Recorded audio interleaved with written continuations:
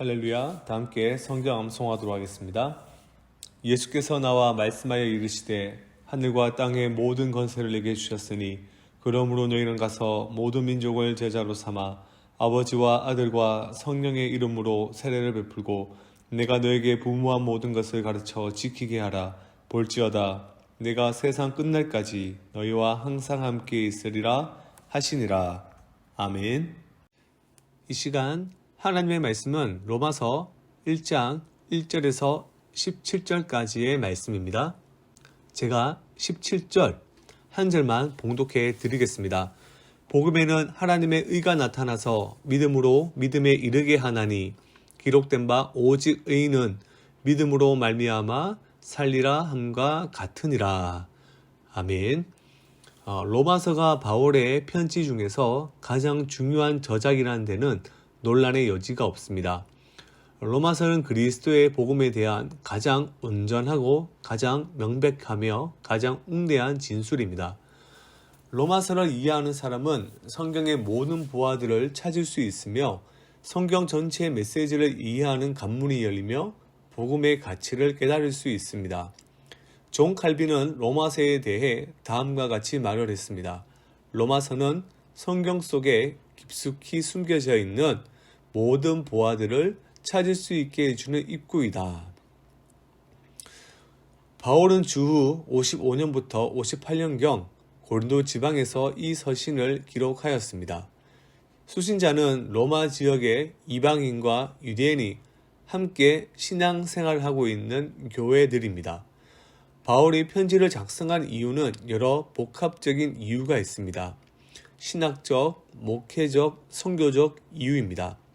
이런 부분들은 이후의 시간들을 통해 살펴보도록 하고 오늘은 간략하게 인사말과 로마를 방문하려는 바울의 바람, 로마서의 중심 주제를 살펴보도록 하겠습니다. 먼저 로마서의 인사말은 1절부터 7절입니다. 1절부터 7절은 하나의 긴 문장인데 여기서 반복되는 단어가 있습니다. 바로 부름입니다.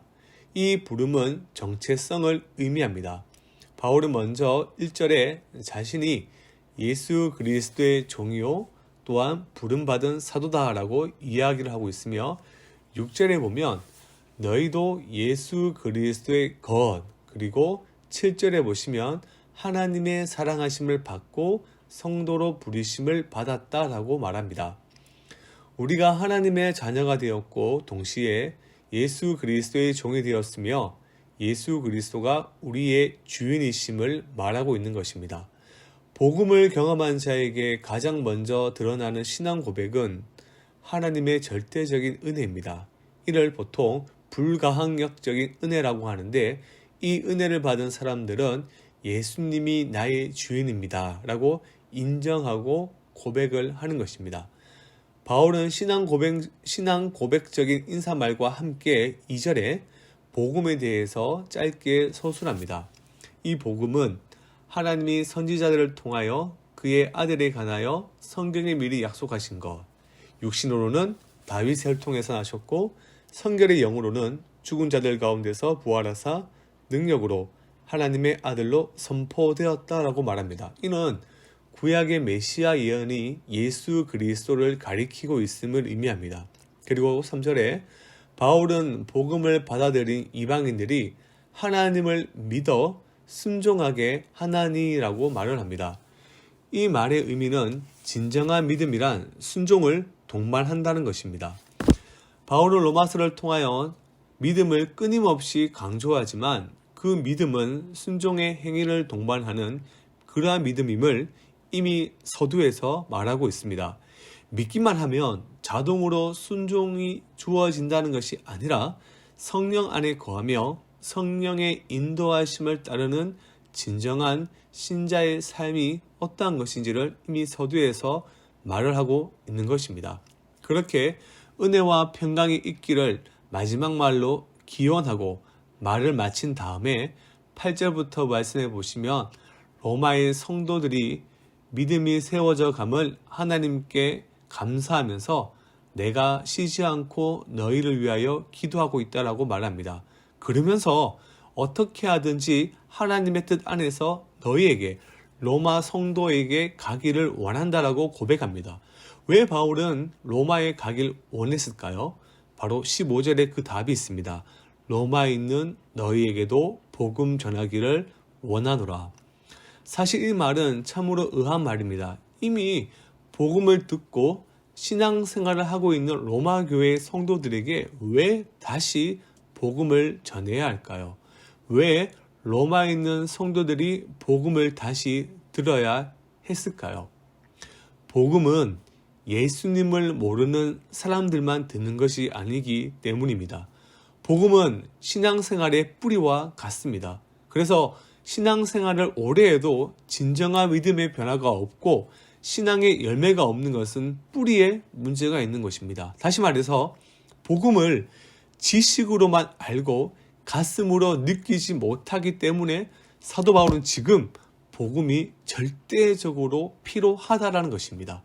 복음의 내용은 알지만 실제로 그 복음을 누리는 신앙생활을 하지 못하는 자들에게 지금 절대적으로 복음이 필요하다라는 말입니다. 복음은 단순히 아는 것으로 끝나는 지식이 아니라 복음은 생명입니다. 그래서 복음은 믿고 누리는 것입니다. 그래서 바울은 로마에 있는 성도들에게 다시 복음을 전하기 원했습니다. 그러면서 1장 16절에서 17절 로마서의 중심인 바로 내가 복음을 부끄러워하지 아니하노니 이 복음은 모든 믿는 자에게 구원을 주시는 하나님의 능력이 됩니다. 먼저는 유대인에게요, 그리고 헬라인에게로다. 복음에는 하나님의 의가 나타나서 믿음으로 믿음에 이르게 하라니 기록된 바 오직 의인은 믿음으로 말미암아 살리람과 같으니라. 복음에는 하나님의 의가 나타나서 믿음으로 믿음에 이르게 하나니라는 이러한 바울의 선언은 예수 그리스도를 믿는 순간 하나님께서 그 사람을 의로운 사람이다 라고 법정 선언을 하시고 그 결과 구원받는 하나님의 자녀가 되어 하나님과 인격적인 관계를 맺는 삶을 살아간다는 의미입니다. 믿는 순간부터 하나님의 나라에 가는 그날까지 하나님과 인격적인 관계를 믿고 믿음과 순종의 삶을 살아간다는 말입니다. 처음부터 끝까지 믿음으로 살아가는 것입니다. 이 점을 설명하고자 바울은 하박국 2장 4절을 인용하면서 의인은 그의 믿음으로 말미암아 살리라라고 그렇게 강조하면서 말을 하는 것입니다. 사랑하는 성도 여러분, 성도는 하나님의 의를 믿음을 통해 획득하여 의인이라는 칭함을 받게 되었습니다. 의인이라는 신분, 하나님 앞에 올바르게 설 수 있는 관계가 형성된 자는 오직 믿음이라는 생활 방식으로 살아갑니다. 믿음은 일회성 이벤트가 아니라 하나님의 은혜와 공급에 의존하는 평생의 신앙의 여정입니다. 믿음을 오해해서는 안 됩니다. 믿는 그 순간에 천국 티켓이 주어지고 끝나는 것이 아닙니다. 믿음은 지속적입니다. 처음부터 끝까지 성도는 믿음으로 살아갑니다. 믿음이란 일평생 하나님의 신실하심을 온전히 신뢰하는 믿음과 예수님께서 행하신 일들을 바라보고 의존하는 것입니다. 믿음으로 하나님을 의존하고 예수 그리스도의 그 충성을, 예수님의 그 신실함을 바라보는 것입니다. 자신을 바라보는 것이 아니라 다른 것을 바라보거나 스스로의 힘을 절대 의지하지 않는 것입니다. 신자는 하나님을 온전히 신뢰하고 예수 그리스도께서 행하신 일들을 바라봅니다. 하나님의 탁월하심과 아름다우심, 그리스도의 신실하심을 보고 성도는 결과적으로 하나님을 더 사랑하게 되는 것입니다. 이러한 하나님의 일하심에 대한 반응으로 우리에게는 사랑이라는 거룩한 감정이 일어나고 자발적으로 순종하게 되는 것입니다. 그것이 믿음에 의해 의롭게 되어 하나님과 새로운 관계가 형성된 신자의 정상적인 반응입니다. 그 반응이란 다시 강조하지만 순종이요 바로 사랑입니다. 믿음의 역사에는 반드시 사랑이 있습니다. 억지로 하는 것이 아니라 자발적으로 순종하는 바로 하나님을 향한 사랑으로 순종을 한다는 것입니다. 다시 정리하자면 나를 믿고 의지함으로 살아가는 것이 아니라 하나님을 온전히 의지하고 예수 그리스도의 신실하심을 바라보며 믿음의 길을 걸어가는 것이 성경이 말하는 믿음의 길이요 성도의 바른 삶입니다. 기독교 복음은 우리 자신의 행한 알량한 선함에 기초하지 않습니다. 그런 것은 하나님 앞에서 더러운 누더기일 뿐입니다. 신앙은 예수 그리스도께서 나를 대신해서 행하신 일 위에서 점점 더 그분을 사랑하고 신뢰하는 가운데 성장하는 것입니다. 오늘 우리의 신앙을 다시 한 번 더 확인해 봅시다. 우리는 누구를 바라보고 살아가고 있는지, 그리고 우리의 믿음에는 사랑의 역사가 있는지.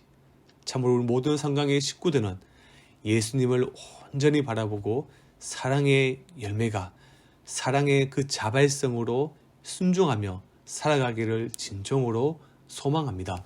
이 시간 들은 말씀을 기억하며 합심해서 기도하도록 하겠습니다. 하나님을 온전히 의지하고 예수 그리스도의 신실하심을 바라보며 믿음의 길을 걸어가게 하시고 신실하신 하나님의 사랑과 은혜를 더 깊이 깨달아 자발적인 순종으로 살게 하여 주시옵소서. 오늘은 예배와 수임 몸을 위해 기도하는 날입니다. 하나님의 임재로 가득한 예배, 주님께서 기뻐 받으시는 참된 예배를 드리게 하시고 하나님의 은혜의 말씀이 폭포수처럼 쏟아지는 생명력이 넘치는 예배가 되게 하여 주시옵소서. 주일에 섬기는 모든 봉사자들에게 성령의 충만함을 부어주시고 기쁨과 감사로 섬기게 하여 주시옵소서. 말씀과 삶이 묻어나는 건강한 순모임이 활성화되게 하시고 성령 안에서 참된 교제가 회복되게 인도하여 주시옵소서. 또한 기도할 것은 우리 교회가 영혼 구원하여 제자 삼는 교회의 본질적 사명에 전심으로 헌신하여 하나님의 일하심을 크게 경험케 하여 주시옵소서. 이외에도 각자가 가진 기도 제목들을 간절함을 담아 주여 한번 부르짖고 다 함께 기도하겠습니다. 주여.